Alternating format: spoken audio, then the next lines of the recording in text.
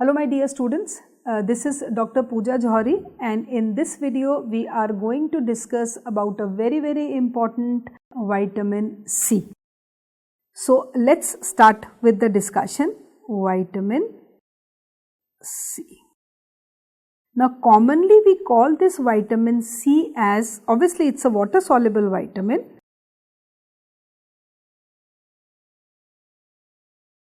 and we call this vitamin as ascorbic acid, and it is always available in the market also in the form of tablets which are having ascorbic acid in L form. So we can call it as L-ascorbate also, right? Now the question is, this vitamin C which is known as ascorbic acid, it has to be taken from in the form of a supplement, because we human beings cannot synthesize vitamin C. But yes, in non-primates vitamin C can be easily synthesized. So now the main point which you people have to remember, you should know, is that humans cannot synthesize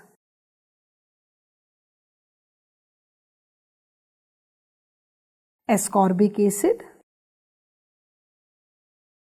Now, why we cannot synthesize? As we lack the enzyme L-gluconolactone oxidase.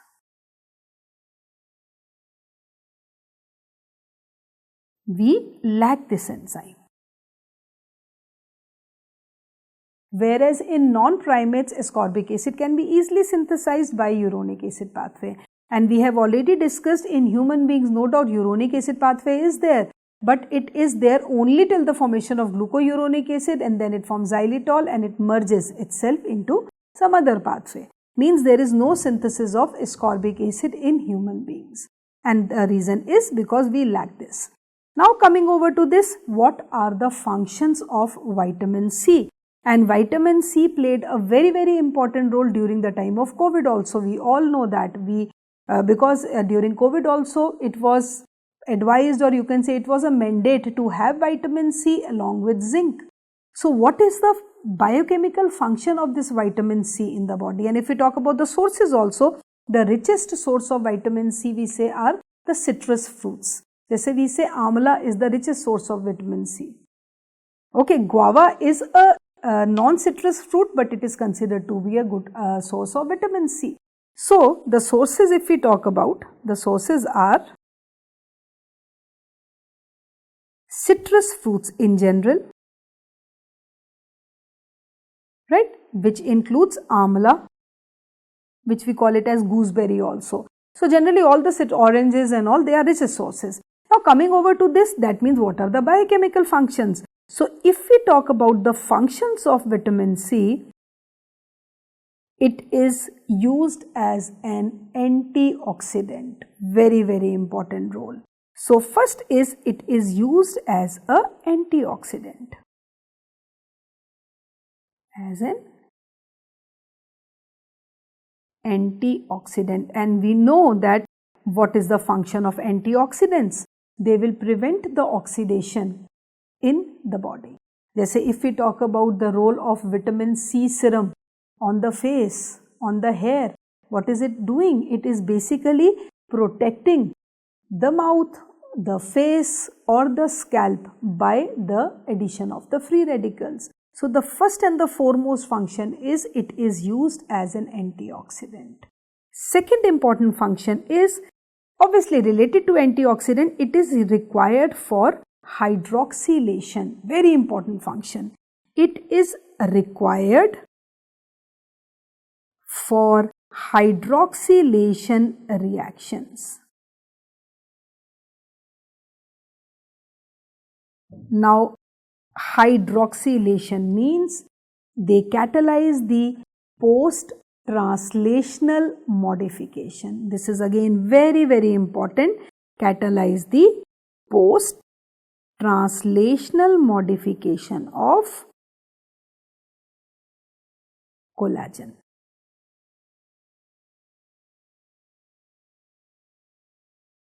Now we all know that Collagen, it is the most important or abundant connective tissue, and it is synthesized also in the body. And if we talk about the composition of collagen, this collagen has repeats, means it has glycine, it has proline, and it has lysine. The repeats of these three amino acids. Now this proline and this lysine, whenever it has to undergo maturation, whenever it has to modify, whenever collagen has to perform its function, this proline will undergo hydroxylation, lysine will undergo hydroxylation. And if we talk about the enzymes here, the enzyme will be, since proline, so prolyl hydroxylase and lysyl hydroxylase. And the most important one is it requires vitamin C, it requires molecular oxygen, it requires NADPH. But vitamin C is the main one. So we can say that proline will be converted into hydroxyl proline and lysine will be converted into hydroxyl lysine. And this hydroxyl proline determines the strength of collagen also. Strength of collagen. So this is one very important function of vitamin C. Then along with this hydroxylation, another important function is conversion of dopamine to norepinephrine, which is the first catecholamine to be synthesized in the body by tyrosine. So second is conversion of dopamine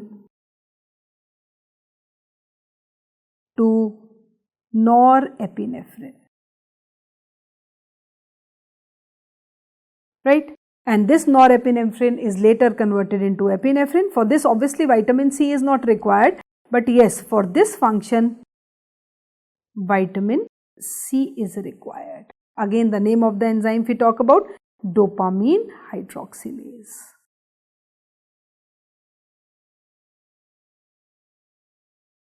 Right? So this is again very important function. So wherever you will find hydroxylation or there is addition of a hydroxyl group, just keep one thing in mind, that vitamin C is the one which is required for this, and that is why it is used as an antioxidant also.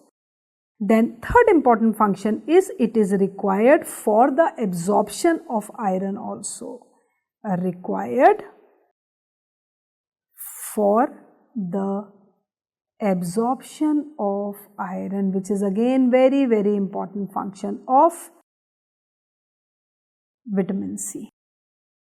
Right. So these three are the most important functions of vitamin C. Hydroxylation, I have enlisted only two reactions here, but whenever if we talk about any metabolism where we require this hydroxyl group, just keep one thing in mind, vitamin C is the one which is actually catalyzing, or which is actually adding this hydroxylase group. So obviously if vitamin C is absent, it will lead to accumulation of these. So I can say catecholamines will not be synthesized. It plays a very important role in building up the immunity also by helping in absorption of iron. Right. Similarly, it is required, it gives a kind of support to the adrenal hormones also. Okay. So it plays a very important role in the upcoming of the growth of the cortisols also. So there are so many functions related with this, and above all the most important function is in the synthesis of collagen. And collagen we will say mainly in the hydroxylation or the post-translational modification of collagen. How? By converting proline and lysine into hydroxyl proline and hydroxyl lysine. And that is why we say that it is 𝗵𝗵𝗵𝗺 which is converted into ascorbate and vice versa. So it's like it's a reversible form. So 𝗵𝗵𝗵𝗺 and ascorbate like this. Right, then we come over to the deficiency manifestations related with this. Now, if we talk about the deficiency manifestations, the most important one is it leads to scurvy. It leads to scurvy. Now, what happens in scurvy? Because the most important one here is it leads to, because the collagen formation is defective. And if we talk about what happens here, सबसे important is collagen formation is defective.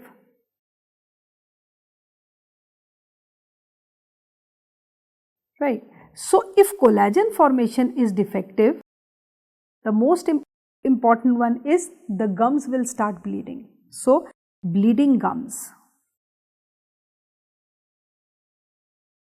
Now, why the gums will start bleeding? Because we know if we see the tooth, what anatomy of tooth it is embedded in the socket. Okay, so collagen is just giving a protection to that tooth. So, what happens is if collagen formation is defective, the tooth will be fragile, or it will be loosened from the root. So, obviously it will lead to accumulation of the food particles and all, leading to gingivitis also. So, mainly you can say mucosal problems, yeah, chronic gingivitis may be due to result of vitamin C. This is very important. So, I can say bleeding gums are there, it can lead to gingivitis also,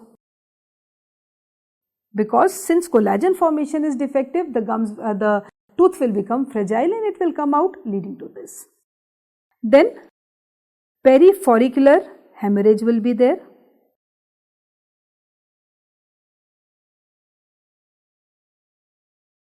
Right.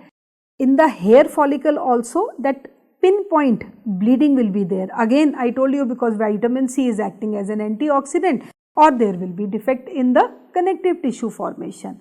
So, this will be also there. Then it will lead to corkscrew hairs.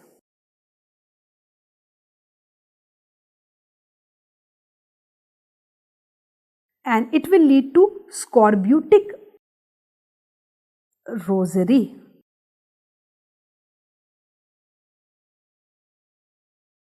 Right, there will be nodule like formation in the ribs. So, these are the main, and you can say it also leads to, you can say small I would say small spots will appear in the body, which will be like petechiae, means they will be like hemorrhage type of thing in the body. Again, because vitamin C is basically giving rise to the connective tissue. So, there are so many this thing related to this, and you can say that scurvy the main thing is that bleeding gums. Then again another one we can say that wound healing is also delayed. Wound healing is also delayed.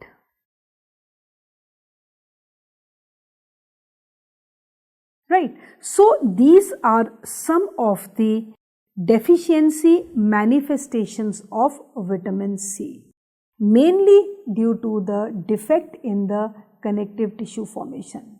In some books it is written as this is responsible for 4 C's. So, what are 4 C's? Again, obviously scurvy is there. Okay, there is no synthesis of catecholamines. So, I can say catecholamines not synthesized. Right. Then in cortisol, it gives a kind of adrenal support.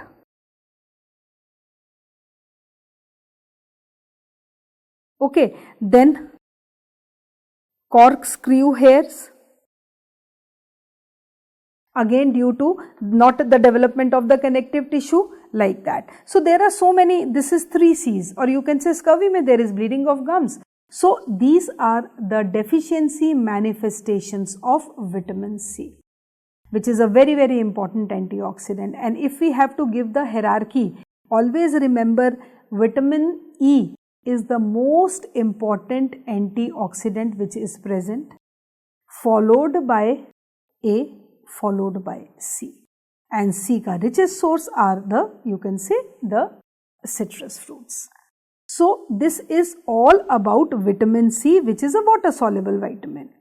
So what you have to remember again here is, if we have to classify these B complex vitamins, they are categorized into three main divisions. Okay, one is energy releasing, right, energy releasing, and second class is hematopoietic vitamins, and third is others. Okay, so B complex mein we can say, if we talk about energy releasing, so it is B1, B2, B3, B5 and B7. If we talk about hematopoietic, B9 and B12. If we talk about others, it will include B6. And B complex ke saath, along with this, it has vitamin C. And vitamin C is the only water soluble vitamin which is working as a antioxidant. Only water soluble vitamin working as an antioxidant. And how it is working as an antioxidant? By acting as a, or you can say by acting for hydroxylation. Right. So this is vitamin C. So I hope it is clear to all of you. That's all in this video on vitamin C. Thank you.